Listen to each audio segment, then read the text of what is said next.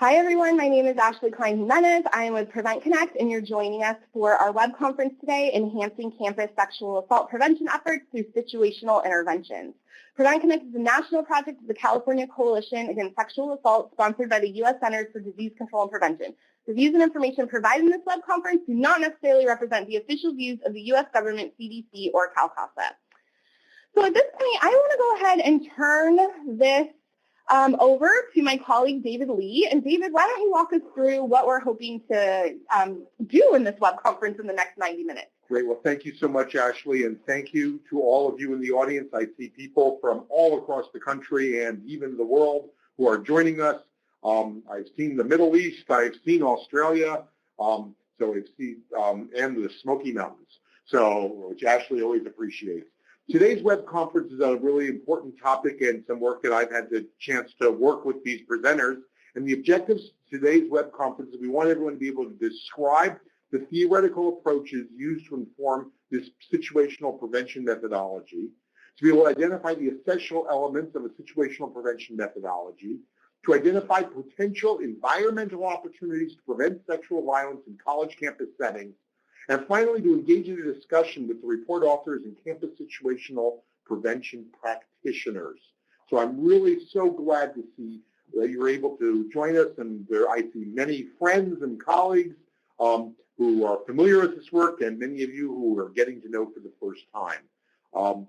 So I want to introduce the guests, and I'm really excited to have. This is a team that I've had the opportunity to work with on this project and have known most of you for many years before that. So we're joined by Holly Ryder-Milovich, and Holly Ryder is the Vice President of Impact and Education at EverFi. Hi, Holly.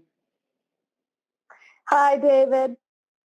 So great and Holly uses she, her, hers pronouns. I use he, him, his pronouns, and so glad to have you joining us. We also have Tammy Meredith, who is the Principal and Co-Founder of Applied Research Services. Hi, Tammy. Hi, David. Hi, everyone. Great. So glad to have you joining us. We also had, we're going to find out if JP Shavaznik, and she was the founder of Switchback Counseling and uses any pronoun respectfully. JP, are you on the line now? Can y'all hear me? Perfectly. You came in crystal clear. So glad to have you join us. And we're Hi, everyone. Hi. We're also joined by Meg Basong, who is the Director of the Sexual Assault Prevention and Response at Williams College, who also uses she, her, and hers. Hi, Meg. How are you doing today? Hi. Thanks for joining us, everybody. It's so great to have such a great panel of presenters to be able to share the work that's being done, and I'm really glad to have you here. I just want to give a little context. And I want to go back to, as we do on Prevent Connect often, to a fabulous report that the Centers for Disease Control and Prevention put out called Stop SV, a technical package to prevent sexual violence. And in this report, they've identified strategies and approaches that are going to be helpful for being able to stop sexual violence. And in that, they've highlighted a wide variety of strategies. One of them that I want to be able to highlight is the creating protective environments, and that's what the P in Stop SV stands for. And they highlighted different types of strategies that we can be doing to create protective environments. This is an important strategy that we need to be able to incorporate, and they gave examples within that. One of the examples they gave, and we'll talk about this a little later on, was a middle school program called Shifting Boundaries, and actually I see that Nan Stein, who developed that program, is on our web conference today, and was one example of a type of program. And so what we're doing is coming up with a new resource to be able to help support and think about how we can be able to create protective environments. Now we're looking at a little different setting. We're looking at the setting of college campuses. But before we do that, I'm going to sort of, am making sure this is still me. Yes, this is still me. I'm going to take you on a little tour. How many of you in the audience, we're going to actually, I want you to think about, have you been stuck in a line at the Department of Motor Vehicles? Have you been stuck in a long line at a coffee shop or a long line at a buffet? Think of those wedding buffets. Or how about just in an overcrowded bus, subway, or public transportation? raise your hand. We're actually going to put a chat and go ahead. Click. Can you click as many of these as possible as you want, or just one? We want to know which one frustrates you the most. Oh, which one frustrates you the most? Is it the DMV? Oh, it looks like you can do more than one. So we're getting, because I'm looking at my percentages. People are saying what frustrates you the most and collect all of them you want. So what frustrates, DMV is winning. I think all those people trying to get their real IDs and all of that piece is really exacerbating that. Though I will say the overcrowded buses, subways, and public transportation is a distant but a second, and coffee shop is there, and a mere 19% of our audience is bothered by long lines at a buffet. So as we think about these scenarios, and as we're going to be able to do that, what we want to do is think about what we can do to understand what we can do about those.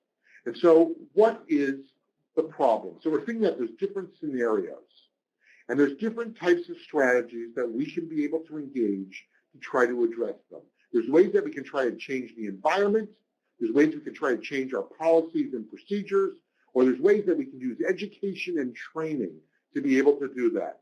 So I want you to think about your scenario of a DMV or a buffet line or crowded transportation or the coffee shop, and I want to go over in the text chat and talk about what strategies can you think to address the problem in the DMV, at the buffet line, at the crowded buses, and go ahead and write in the text chat what are some of those strategies that can affect the environment, some of the policies about that, or some of the education and training. So we'd love to hear from you thinking about those situations. We know that people are bothered by the DMV in particular. That was almost 70%, actually. And so I'm seeing limiting bus riders, getting more people jobs to assist more people at a time, uncaring DMV workers. So the solution to uncaring DMV workers would be caring DMV workers, expand hours at the DMV, expand hours, more staff. Someone just went to DMV and had the line outside the door. More staff and extended hours. Appointment times. I do like this one. I don't know exactly how it solves the problem, but free chocolate is a good answer to just about every problem. Online option. Nothing can be done, just bring a book. Anonymous boxes for anonymous reports. So these are just some of the pieces that we're seeing about people thinking about that. DMV has a drive-through feature that can reduce lines, as well as an online version. Numbered with comfortable seating for the wait, and Stanley suggests it's going the non-peak hours, which is sort of an adjustment. So great, thank you. So with that, that's sort of introducing what we're talking about here, is that we're thinking about some of these solutions to solve problems. Now we're going to look at the solution of preventing sexual violence on college campuses. So I'm going to move to my colleague, Holly Ryder-Milovich, who's going to give a little bit of background for how we got here. Wonderful. Thank you so much. So I just want to note that as you were thinking about the situations that we presented earlier related to the DMV, to the wedding buffet line, which is my personal aggravation point, or the coffee shop, all of the suggestions that you put in really kind of fall into these categories, and thinking about how do we change the environment to shift the way individuals interact in that environment, be that through policies, perhaps extending the hours, through the physical space, making the seats more comfortable, or even through education or training, teaching people to go in those off hours. This is a really great example for us to think about how we already think about these issues in this way, and we already frame ways that we can approach some of these issues through a situational lens. So we're going to be applying that to sexual and gender-based violence prevention.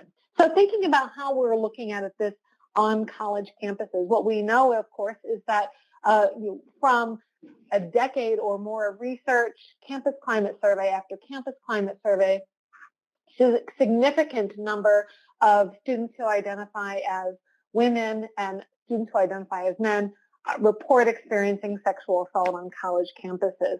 Our interest here is thinking about how do we move upstream from looking not just at what might be some individual level interventions to promote healthy and respectful behavior, to think about the ways in which we can change the space to automatically help individuals, again, engage in healthier and more respectful ways.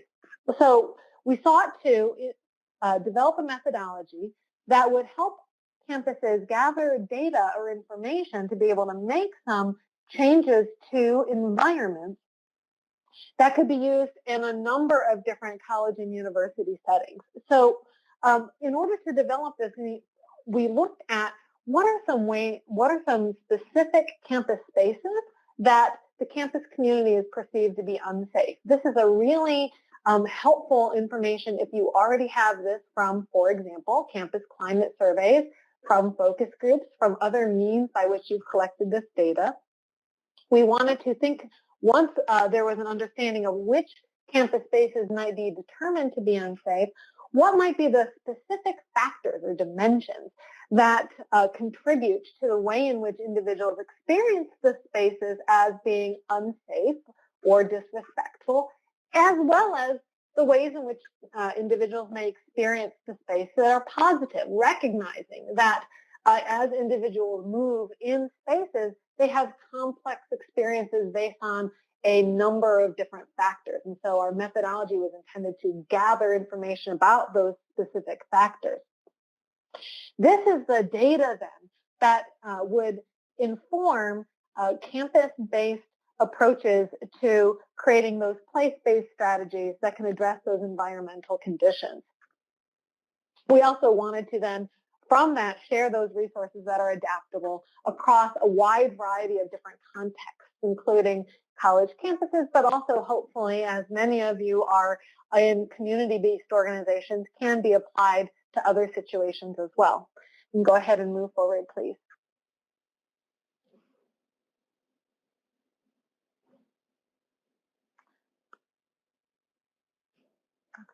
All right, so thinking about what are the roots of this work.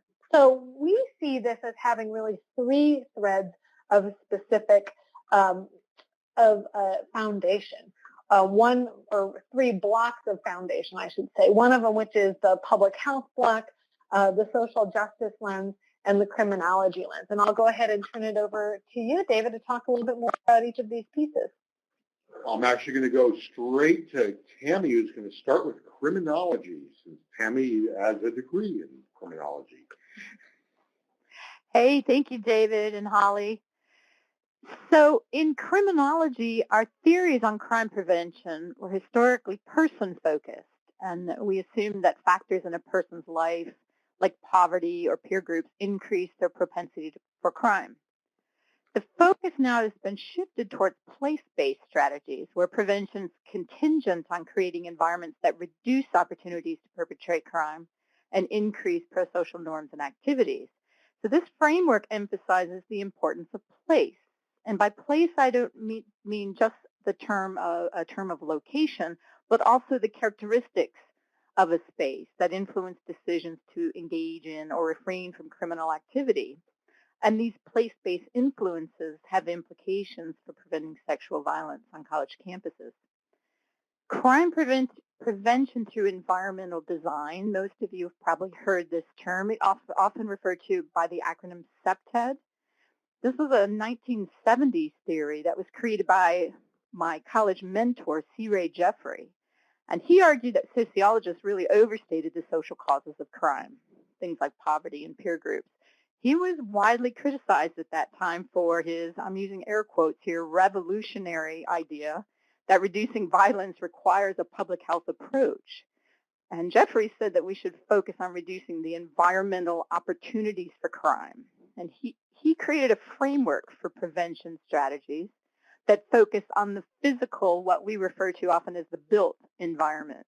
And that framework addresses things like the presence of individuals who might be perceived as suitable targets, sensory variables like sight and sound that can create conditions perceived by a potential perpetrator to be favorable for criminal activity, access controls, things like gates and locked doors that determine who's allowed inside of a certain space, and then what Jeffries called reputation, or the extent to which folks in a space assume ownership or responsibility for reinforcing the ways in which a space is used, what we often talk about today in terms of social norms.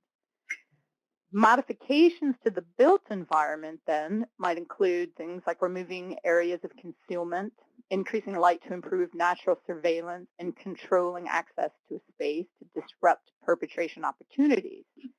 These changes can then create a culture within a given physical space where criminal behaviors are socially undesirable and abstaining for them is permissible. Specifically, situational crime prevention theory focuses on crime opportunity, and it highlights the influence of the environmental conditions on a person's in-the-moment decision to engage in crime at a given time in a given location, what we call the situation. Whether a potential perpetrator perceives the conditions in a given location to be favorable to engage in sexual assault varies based on physical features in the location, as well as social norms and activities that occur in that space. And situational crime prevention strategies that are not framed around the vulnerabilities of individuals as potential victims, but rather speak to the vulnerabilities in the environment that increase opportunities for perpetration. So let's move now to look at a different model and that we also use to develop this. And it's the public health model. So I'm going to bring JP to talk about one of our favorite topics, public health, and this model that I think people are familiar with, the social ecological model. JP? Okay. There it is, folks. So many people are probably more than familiar with the social ecological model.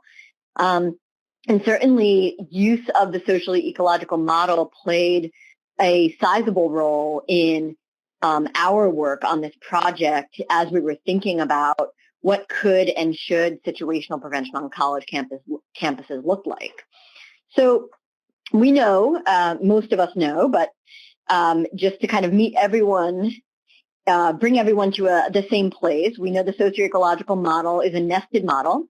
It was created by Urie Bronfenbrenner, and Urie Bronfenbrenner was really a human development theorist, and really was dissatisfied with human development theory as it stood when he kind of arrived at that body of work, and really wanted to integrate ecological approaches to understanding the human phenomenon into how we think about how humans develop over time, what risk factors are, what protective factors are. And so kind of morphed human development theory with ecological systems theory to create this model for us. And so when we think about the social ecological model, I think many of us are acutely aware that a lot of the work we've done in sexual and gender-based violence prevention has been on the individual and the relationship levels. In fact, the vast majority of research that we have is on the individual and relationship levels, and we end up neglecting the kind of what we call the outer layers of the social ecology, right? We know that there's not a lot of data the further you go out into the outer layers of the SEM, and as a consequence of there not being a lot of data, there aren't a lot of strategies that are available to us. So what we wanted to do, in the interest of both thinking about what situational prevention could and should look like, kind of thinking about what Tammy just shared with us, and thinking about the lack of evidence base on the community level, is really to couch our work exactly there, couch our work in the community level, to think specifically about what are the kind of settings and environments, what are the characteristics of the settings and the environments that could be modified to keep people safer. And just as a reminder, as a refresher to all of us, the CDC definition of the community level is that it explores settings in which social relationships occur and seeks to identify risk and protective factors within these settings.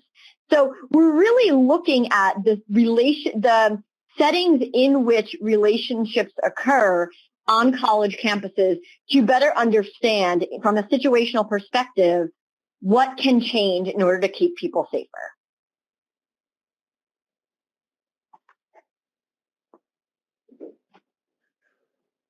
So thank you. Oh, sorry, we jumped through here. We're fighting for control. Sorry about that. So now we move on to really something that I feel that Tammy brought to our work that ended up being really the kind of crux of how we ended up thinking about how we should be performing this kind of situational prevention on these college campuses. And it kind of came to us through this concept of the gendered use of public space. And we know from sexual violence and gender-based violence prevention work that for a number of years we've been looking at and calling attention to building level and school-wide interventions for change. And we know that shifting boundaries is an incredibly seminal, incredibly important body of research and practice related to modifying building level interventions to reduce sexual harassment and dating violence, perpetration, and victimization. And there has been some work also that has interrogated public spaces as a tool to understand accessibility needs. And that has kind of flowed over to sexual and gender-based violence prevention to some degree, but it really, it has been firmly couched for a number of years in the body of research and practice related to accessibility of public spaces.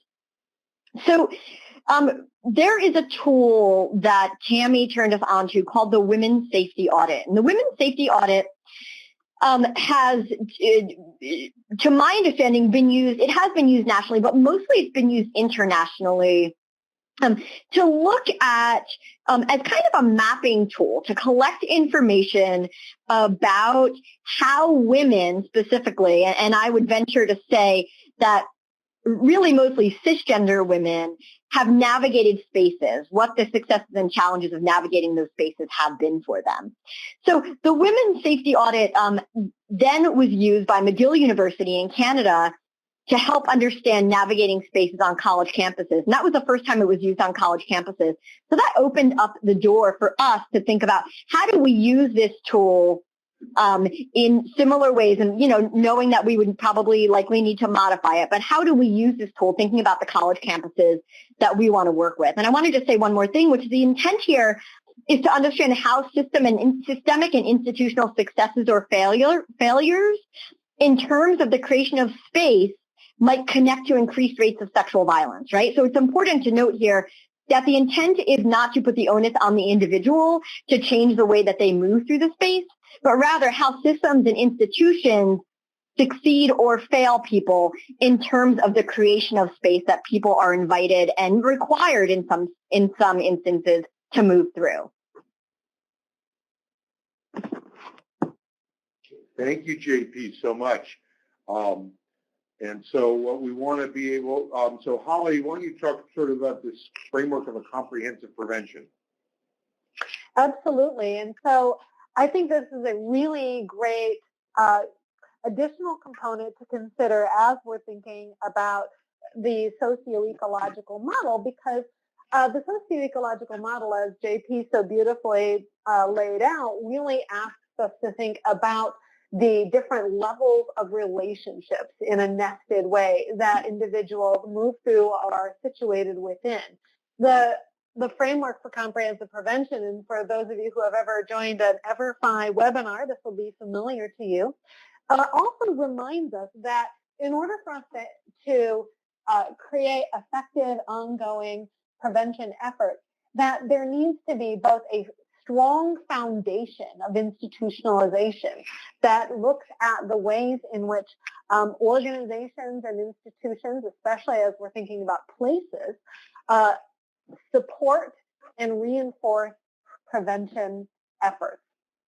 From there, we then think about those critical processes. What are the ways in which we assure that prevention efforts are effective? How do we gather information to be able to shape the ways in which prevention is comprised or created on specific campuses? How are we evaluating our efforts?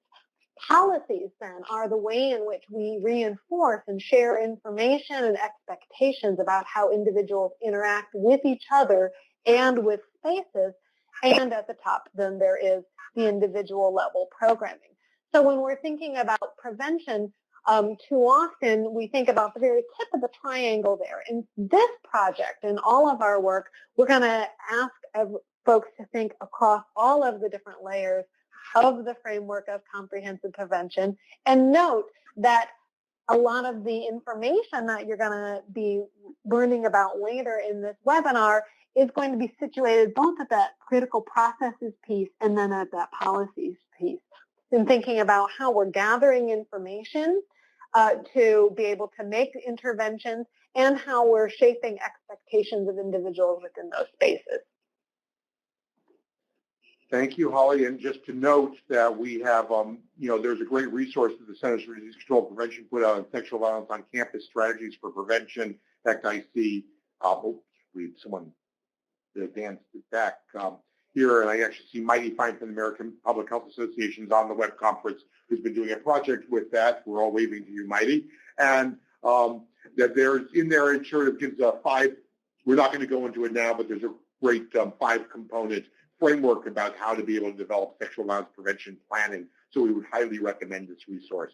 But Holly, we also looked at another source, and why don't you talk about AOD environmental strategies and how that informed our thinking?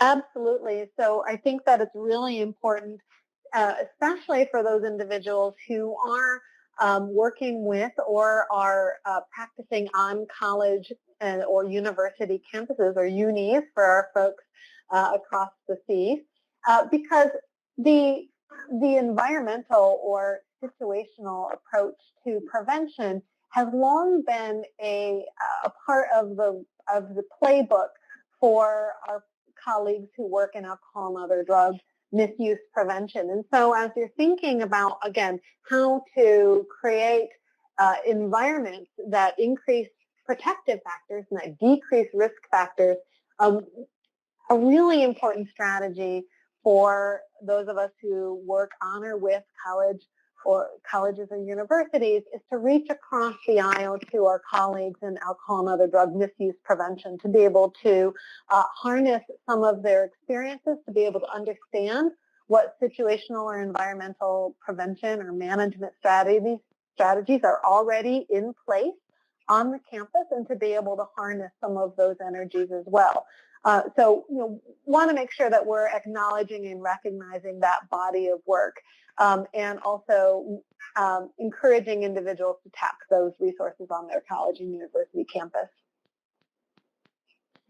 Thank you, Holly. So we this did lead to our strategy, and in here you actually see a copy of the report itself. It just was released yesterday. You can be able to download it if you want. You can even download it, I believe, from the files section on your screen directly. And so we want to be able to have this report available.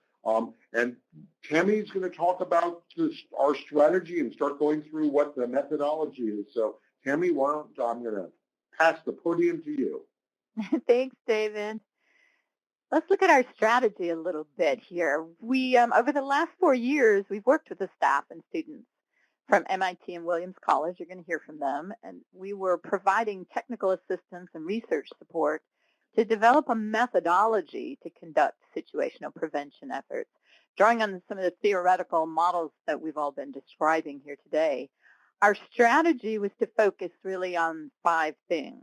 First, establishing a tone of collaboration and shared mission or ownership of the project with our site teams, and promoting a shared understanding of how situational interventions can complement current prevention programs, not replace them, engaging students to solicit their perspectives, exploring with stakeholders the ways in which interventions might be incorporated into their prevention work, and providing training and technical assistance support in planning for implementation. And our strategy really led us to develop what we've coined as a 10-step methodology for taking on this kind of work.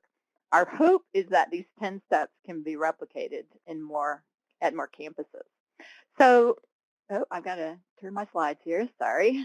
Let's review that 10-step methodology. And we're going to take a break at step 5 and ask you some questions. And then Meg and JP are really going to describe how they actually did these steps, some of these steps, at their campuses. Step 1 in the 10-step methodology is what we call a system scan and data analysis. The system scan really started with our initial campus visits with stakeholders, and those stakeholders were representatives from sexual violence response and prevention, from Title IX offices, student life, groups of students, campus security, athletic directors, faculty, and administration. And we gathered materials that documented their prevention efforts and relevant policies and procedures. So we held meetings at our sites with stakeholders, and that really helped provide for us the historical context that we needed to understand the current prevention efforts and how they've evolved over time. We collected the most recent campus climate survey reports and other relevant surveys. Some campuses do physical and mental health surveys. It was interesting that when we started working at MIT, they had recently published a report on LGBTQ+ students. So this inventory of materials included documentation also of high-profile events on campuses and photographs of key locations. The documentation and interviews allowed for the identification then of gaps in the areas of environmental or situational prevention efforts. Our second step is to identify a focus for environmental intervention. Now, each campus selected a focus for situational interventions based on their own unique student population, their own unique culture, and their environment. And the process for identifying a focus started with reviewing the system scan, step 1, patterns of sexual violence incidents, campus climate surveys, and each campus's evolution of prevention efforts. We facilitated discussions with students, staff, and faculty to help identify the sexual violence patterns with potential for identifiable opportunities for environmental change. And you'll hear from 2 of our demonstration campuses today on how they selected their own focus. Step 3 is about developing mapping tools to identify potential interventions. This was really, it took a good portion of our project time. And the process for developing an appropriate mapping tool for each campus really evolved organically based on the problem focus. Our data collection tools were inspired by the evidence-based shifting boundaries middle school prevention strategies to reduce sexual violence that JP talked about. Shifting boundaries relies on a mapping exercise where kids use red and green crayons to identify safe and unsafe school locations to help inform building level environmental changes. Our challenge was really to devise a practical application to college settings while creating tools that could be adaptable to a wide variety of campuses. Our tool development process was also informed by the psychological literature on play therapy.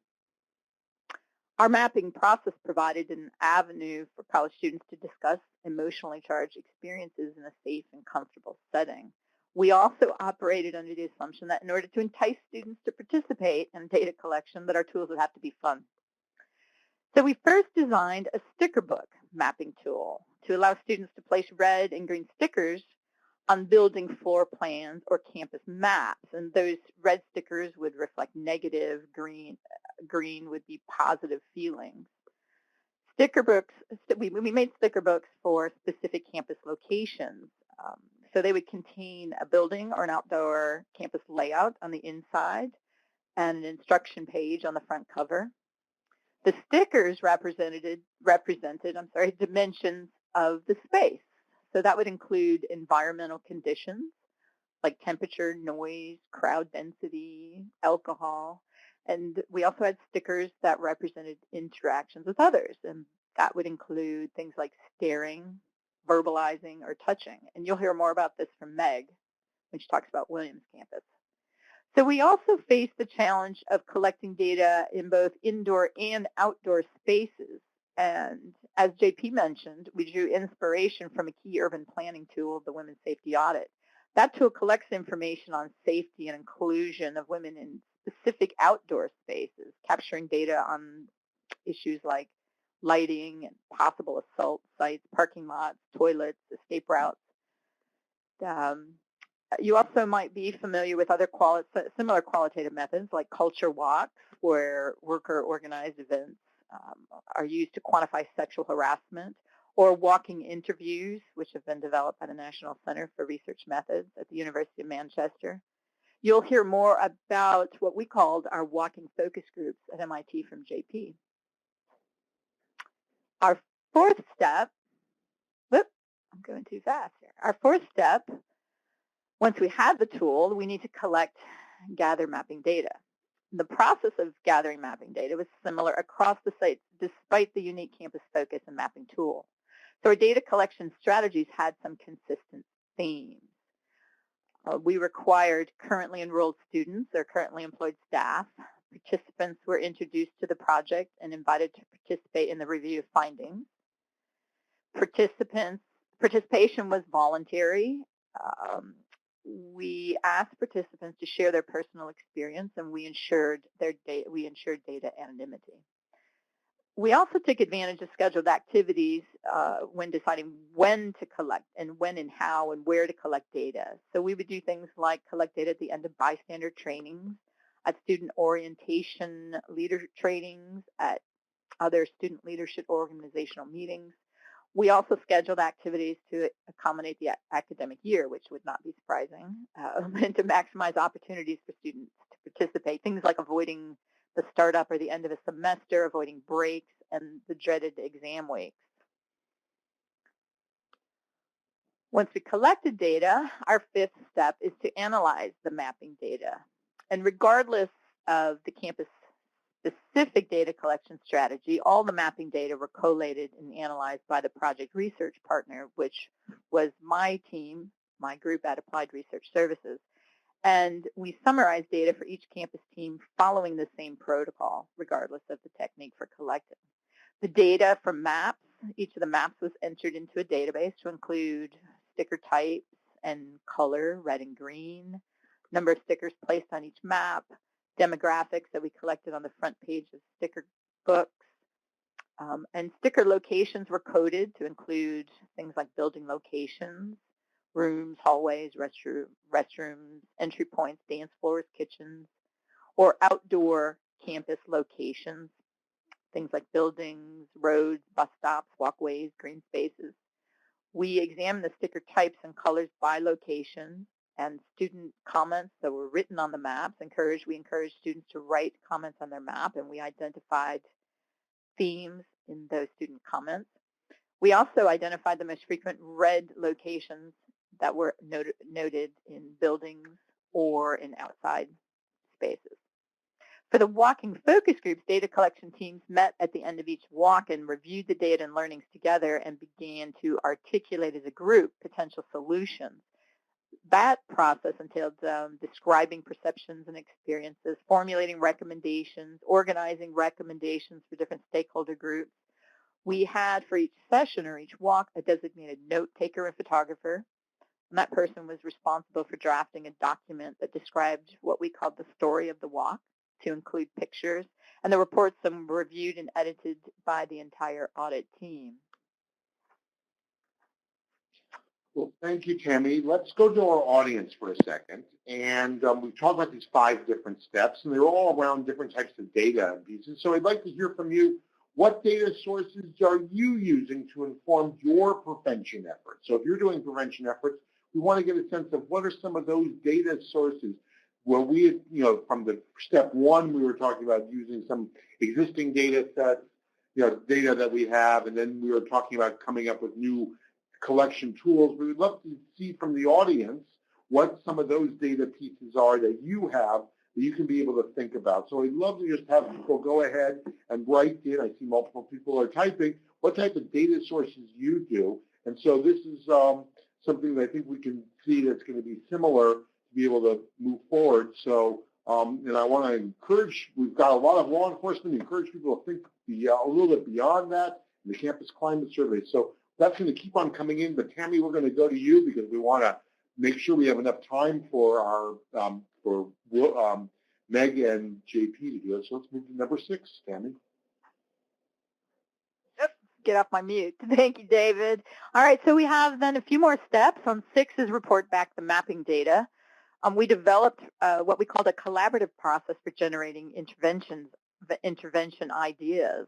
We brought back to the sites the results of the mapping data to get their input, and we conducted meetings with a variety of audiences, and that would include sexual assault prevention response, Title IX, student life, student groups, campus safety. At each of these meetings, we included a project overview, a review of mapping data analysis, and we really facilitated a participatory intervention idea generation session, we called it. And we had a facilitator where we would use small colored sticky notepads and black or whiteboards to capture ideas. So the ideas were described as falling into the 3 buckets that David opened our session. We're talking about built environment, policy and procedure, education, and training.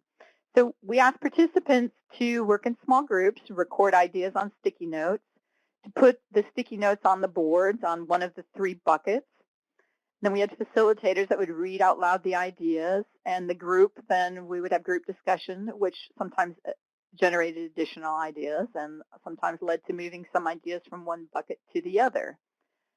In our 7th step, we developed what we called considerations, which was our team's preferred word to recommendations. Once the intervention idea generated, sessions were done, the ideas were organized into those buckets, then the results were, we presented results to multiple stakeholder groups for the purpose of developing potential considerations to build on to existing prevention strategies. So those discussions, of course, included recognition of potential roadblocks that could be encountered with each of the ideas. And then the activities were identified as being in one of 4 types: comfort work, stretch work, complex work, and off the table. Then as we move to step 8, which was about sharing those considerations, and in those situations, what we did at this step was describe our process along with our prioritized considerations and share that with key campus decision makers, who would then, once those campus decision makers would select and approve a strategy, the campus would begin to work on the tools. So I'm zipping through step 8 and 9, which sounds very easy, but now, as we all know, that this is where the real hard work evolves into advancing policy agendas. So now we're thrown into the world of competing campus resources and concerns. So as you all know, the reality of this work is that these are the steps that are long and complicated. And I hope you ask our site teams more about why these steps became the real work as we go through this webinar today. And then finally, step 10, as we propose a plan for ongoing evaluations. I'm sure you would all agree that any campus initiative would require a comprehensive strategy for ongoing evaluation so that we can provide continuous feedback and identify opportunities for improvement as well as measure impact toward our goals.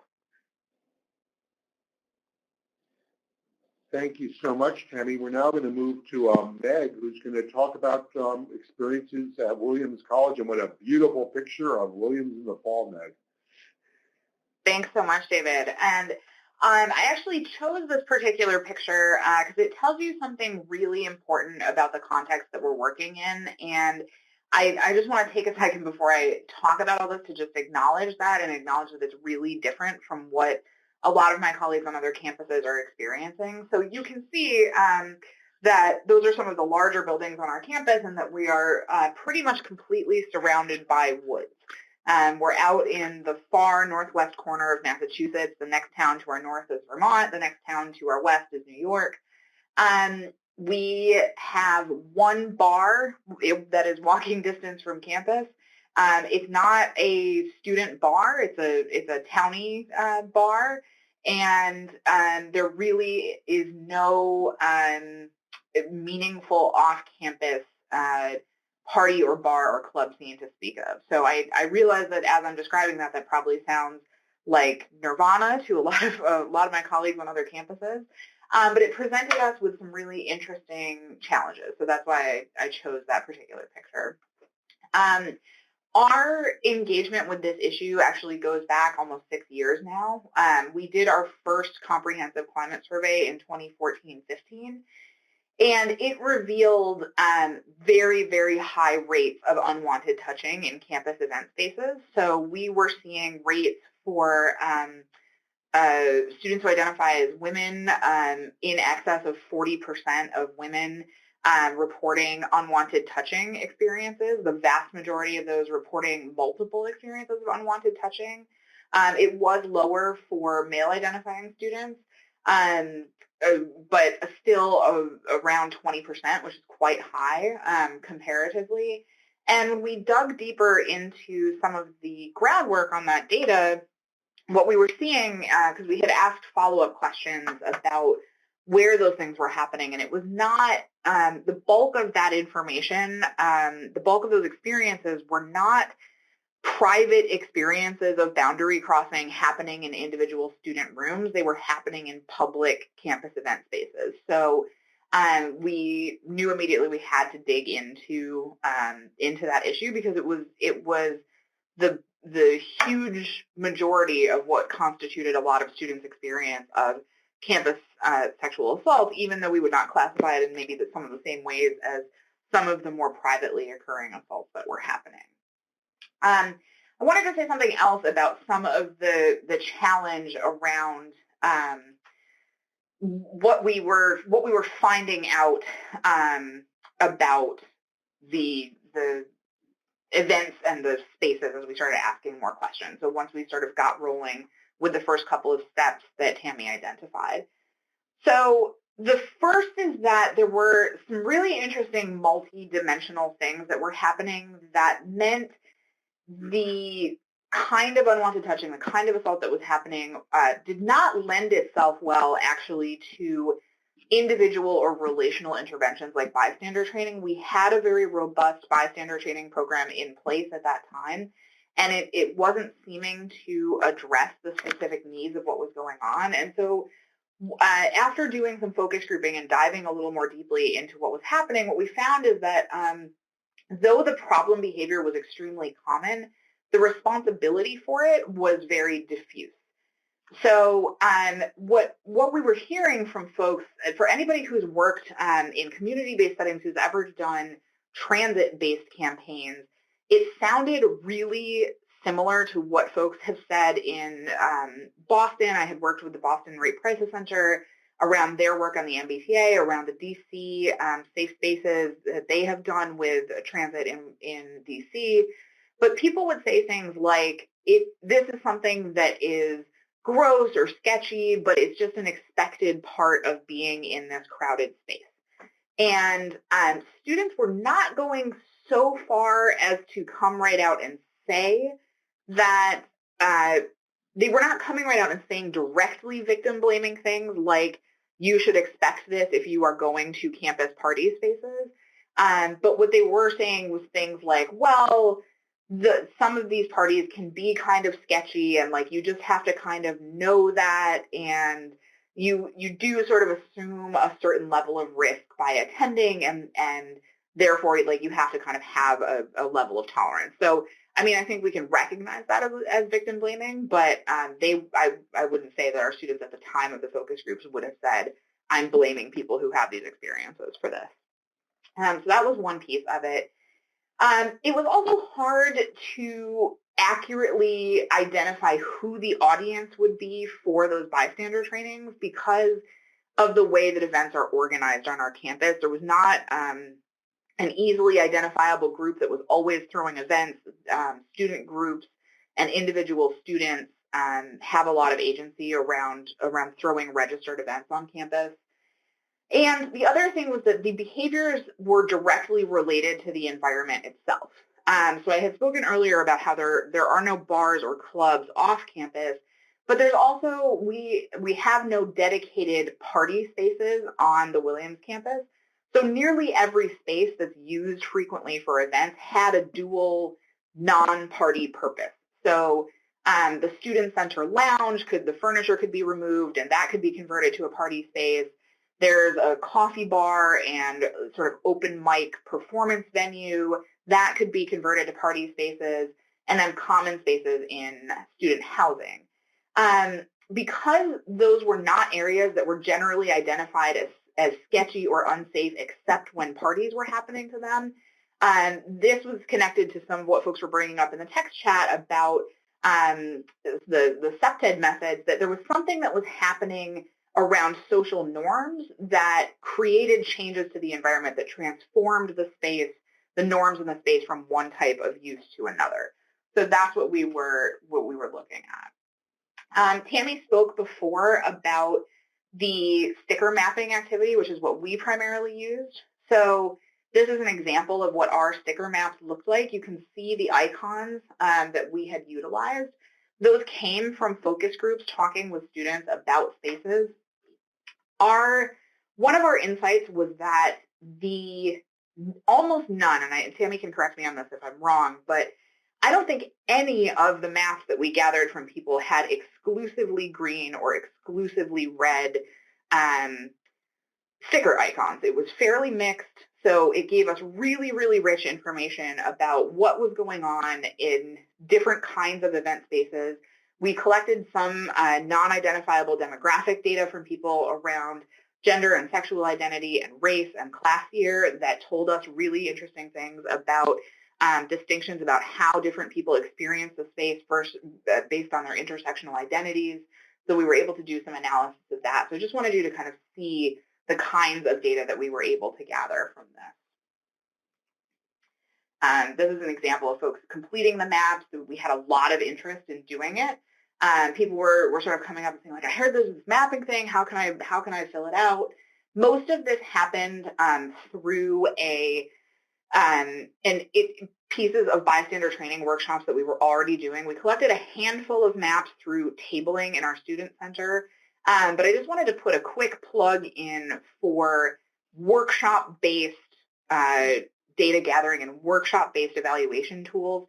So most of though we explained the project and the uses of the data very clearly, most of the students did not experience the activity that they were doing as being survey completion or data collection. They experienced it as being part of an interactive activity that was happening as part of a community-based workshop that they were doing. So that's some of what you see happening here.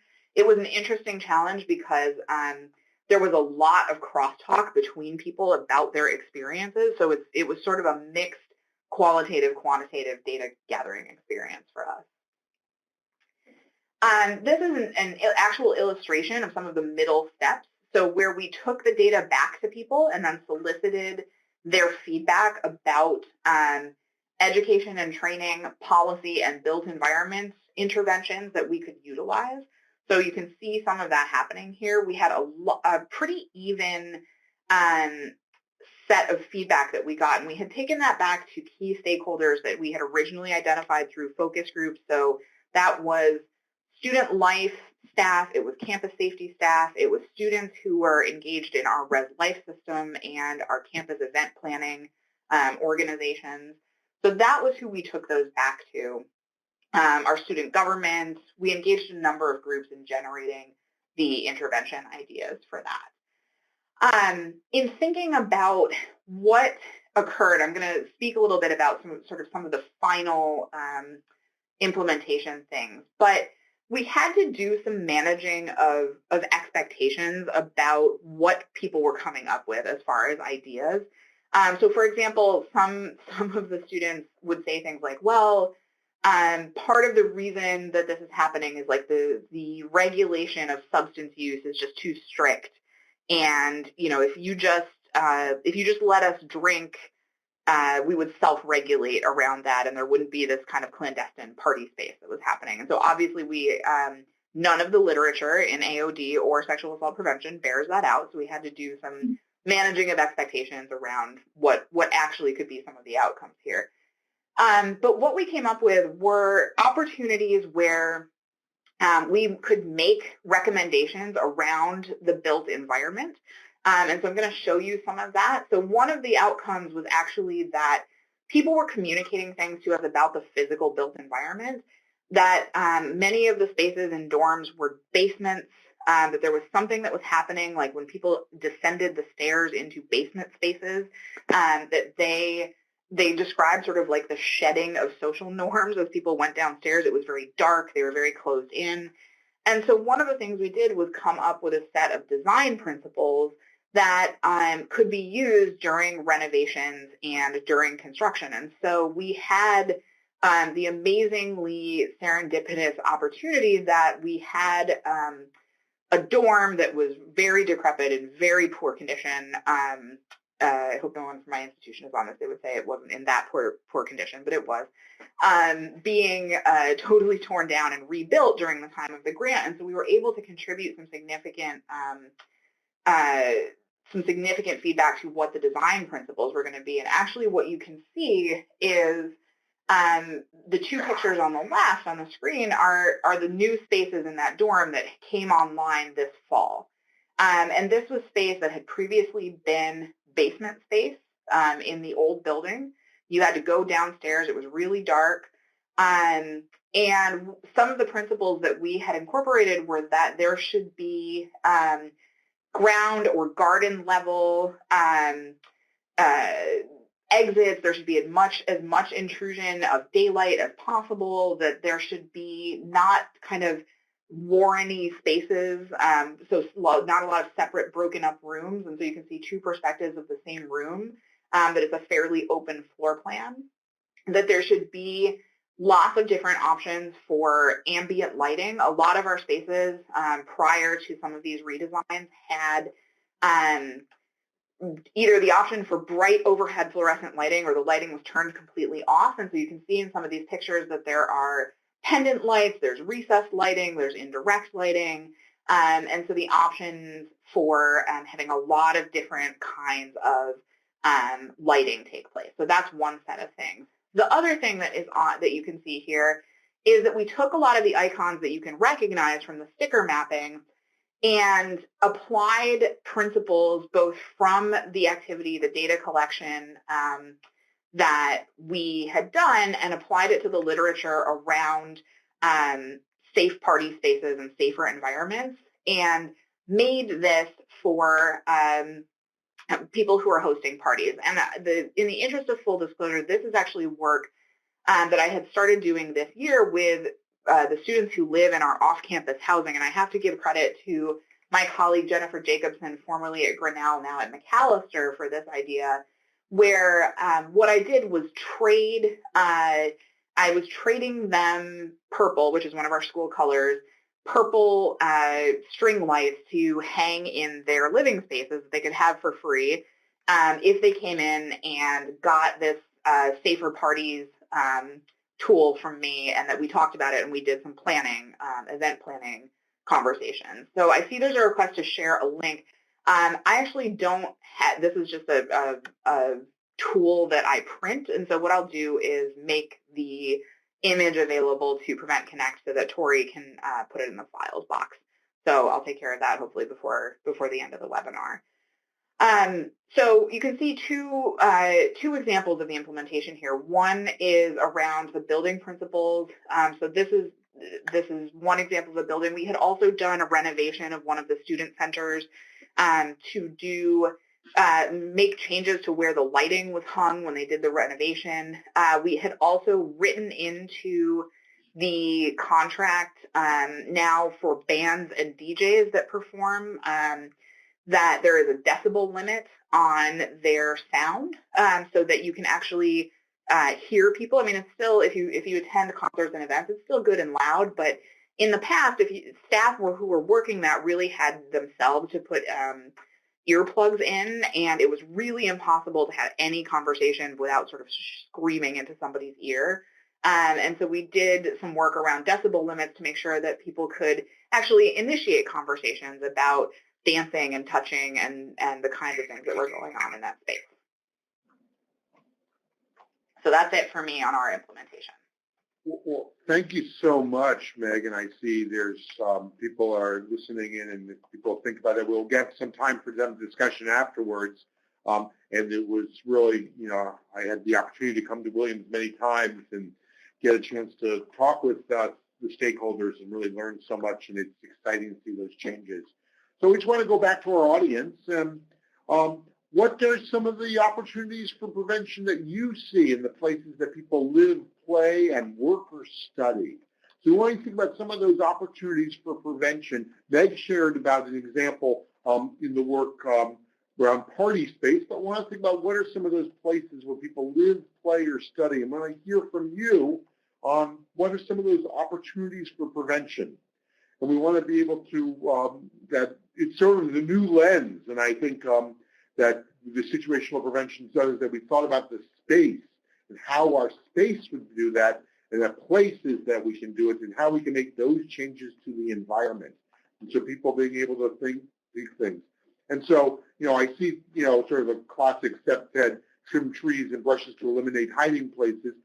One of the pieces, Meg, that I think was really interesting was that the change in the environment was not always was changing the milieu or the social expectations of behavior. So it wasn't just about preventing places where rape could take place or assaults could take place, but it was really changing the cues to behavior. And so it was a way to change some of the norms.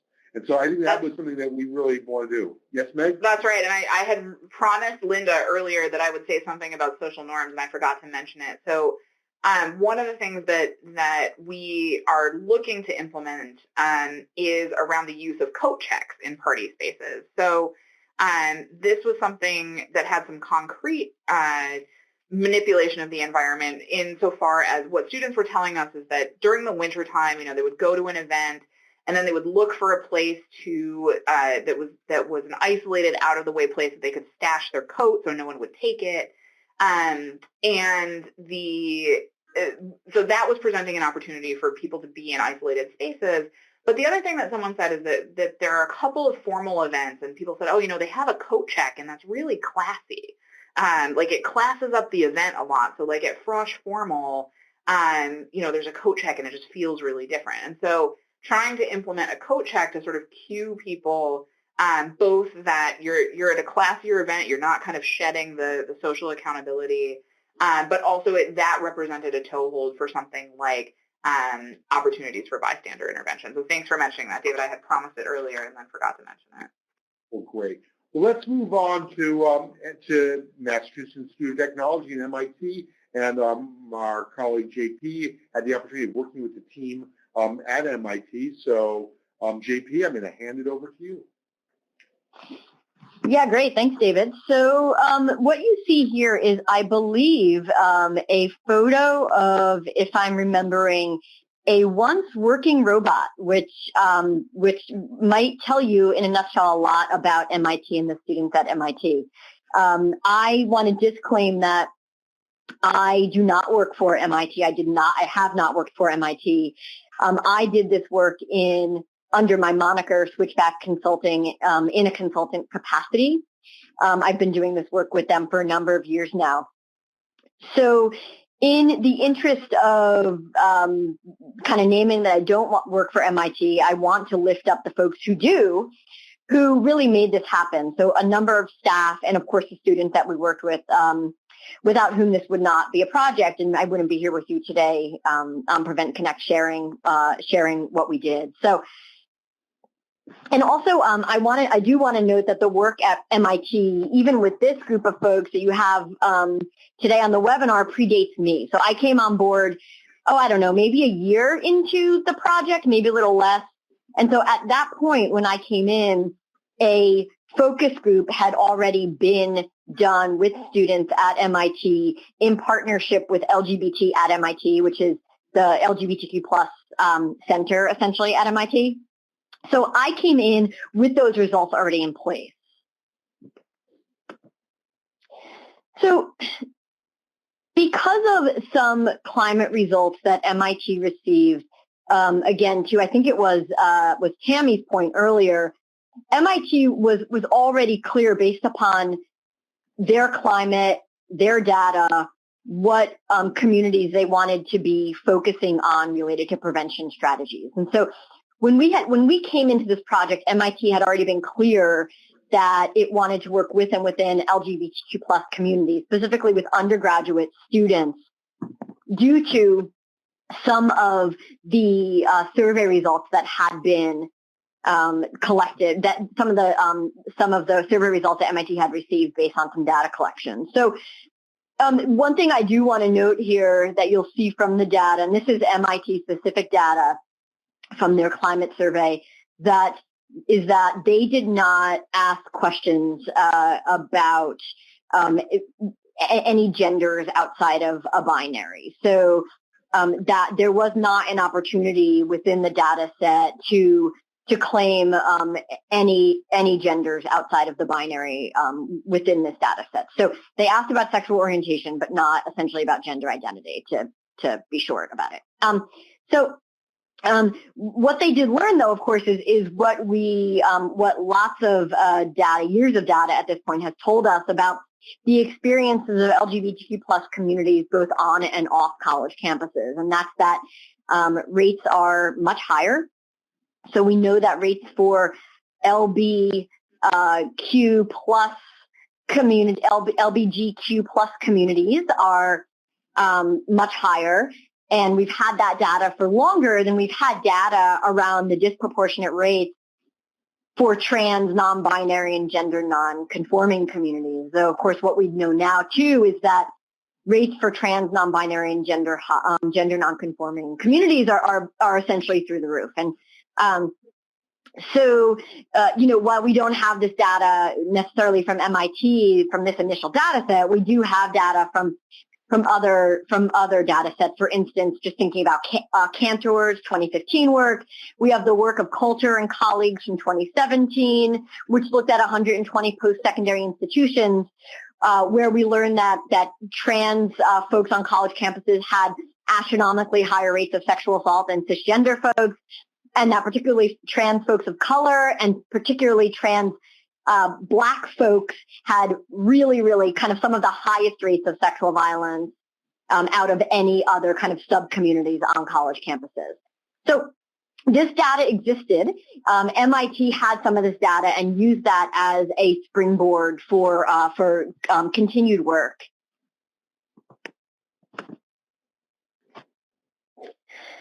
So given what we knew about MIT, about the work that had been done there, and about the climate in general across the country for LGBTQ plus folks on college campuses, we knew that we went into this knowing we needed to create a participatory process to engage with LGBTQ students.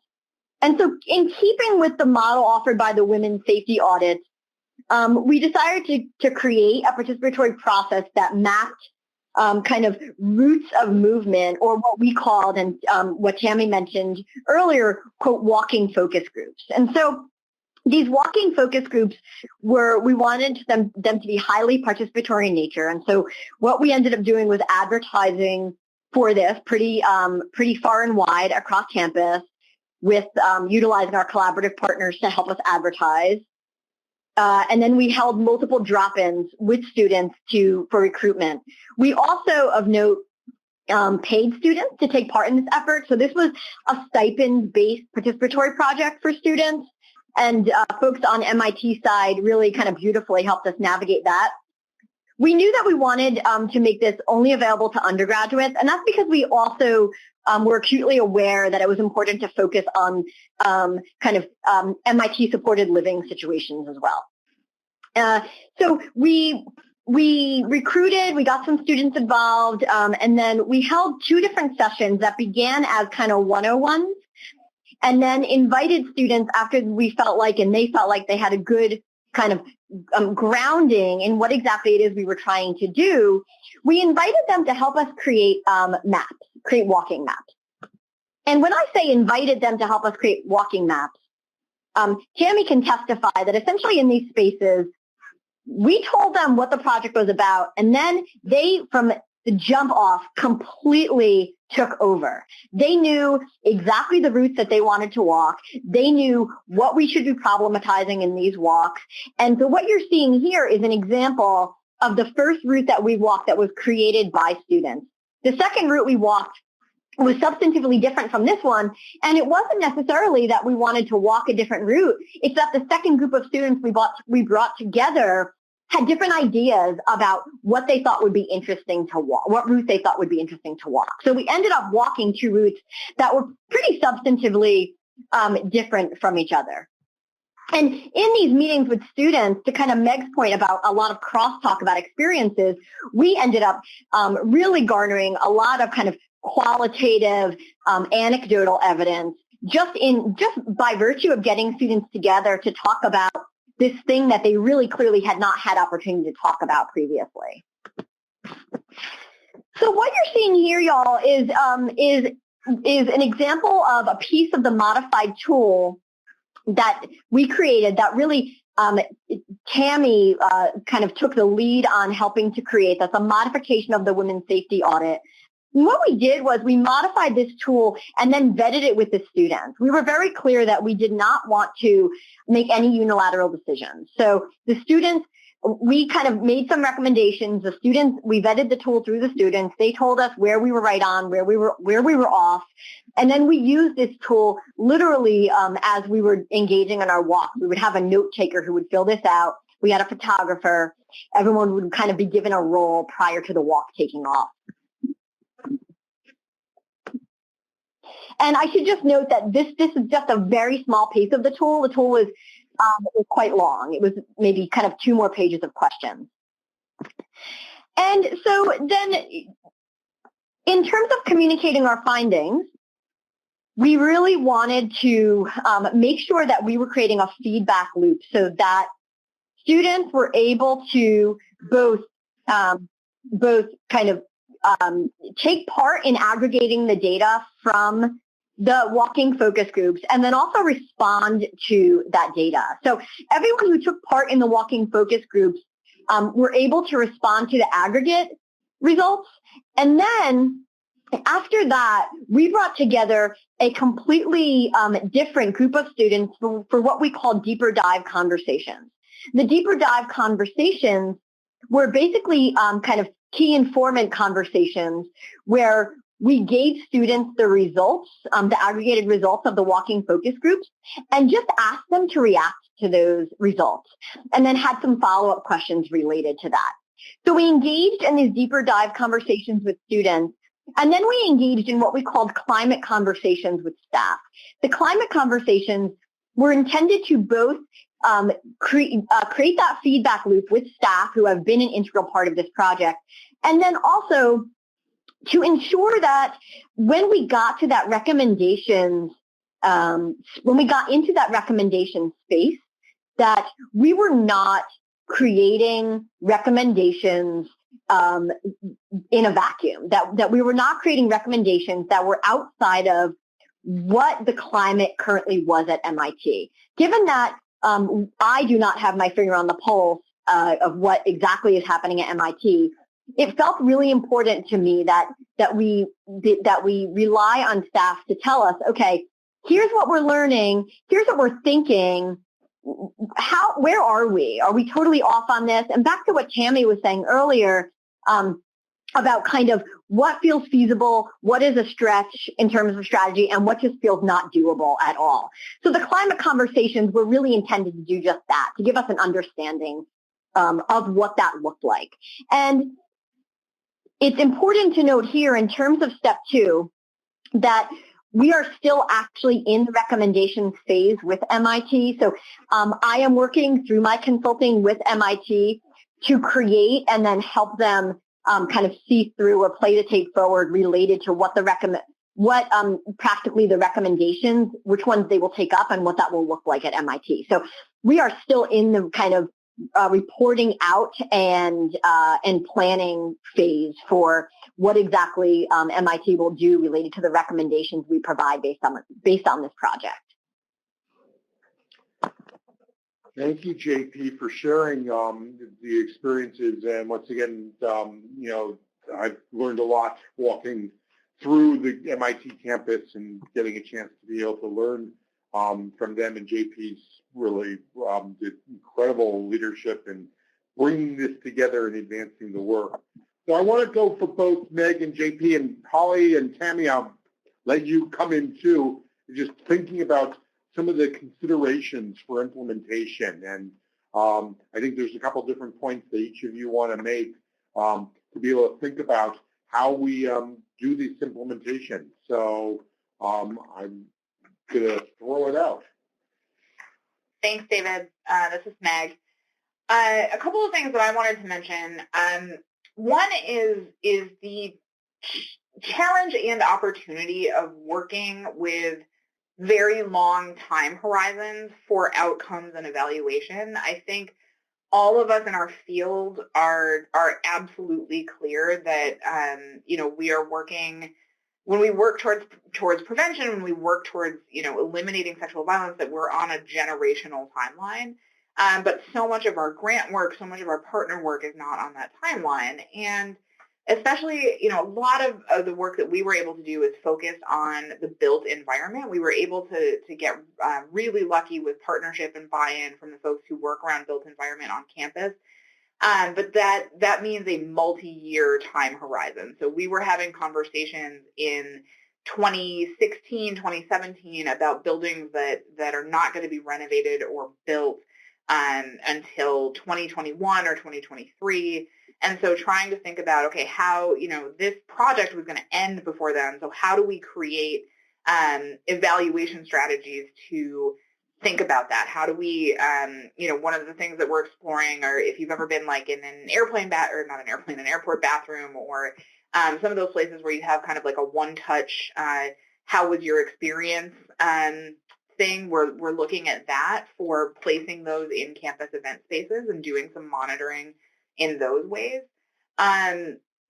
Another piece is around managing competing claims, and this came up in a couple of different ways around the built environment. So we had one conversation where a senior staff person had brought up some of the design principles that we were recommending, a lot of which is around visibility, open space, a lot of sort of making sure that there's natural light intrusion from the outside, having things kind of all on one level. And somebody brought up some of the architecture around harm reduction in active shooter situations and saying, this sounds really contradictory to things that I'm hearing around active shooter situations. How do we respond to that? I am lucky to be positioned in such a way where I could say, there are other policy interventions that we can make into preventing active shooter situations, but the reality that we have to face is that a third or more of our female identified and a fifth or more of our male identified students are having this experience of unwanted sexual touching right now. And that is a huge number of students. And so I think if we're going to leverage resources towards changing the built environment to prevent that, we can intervene into the thing that is happening at huge rates right now.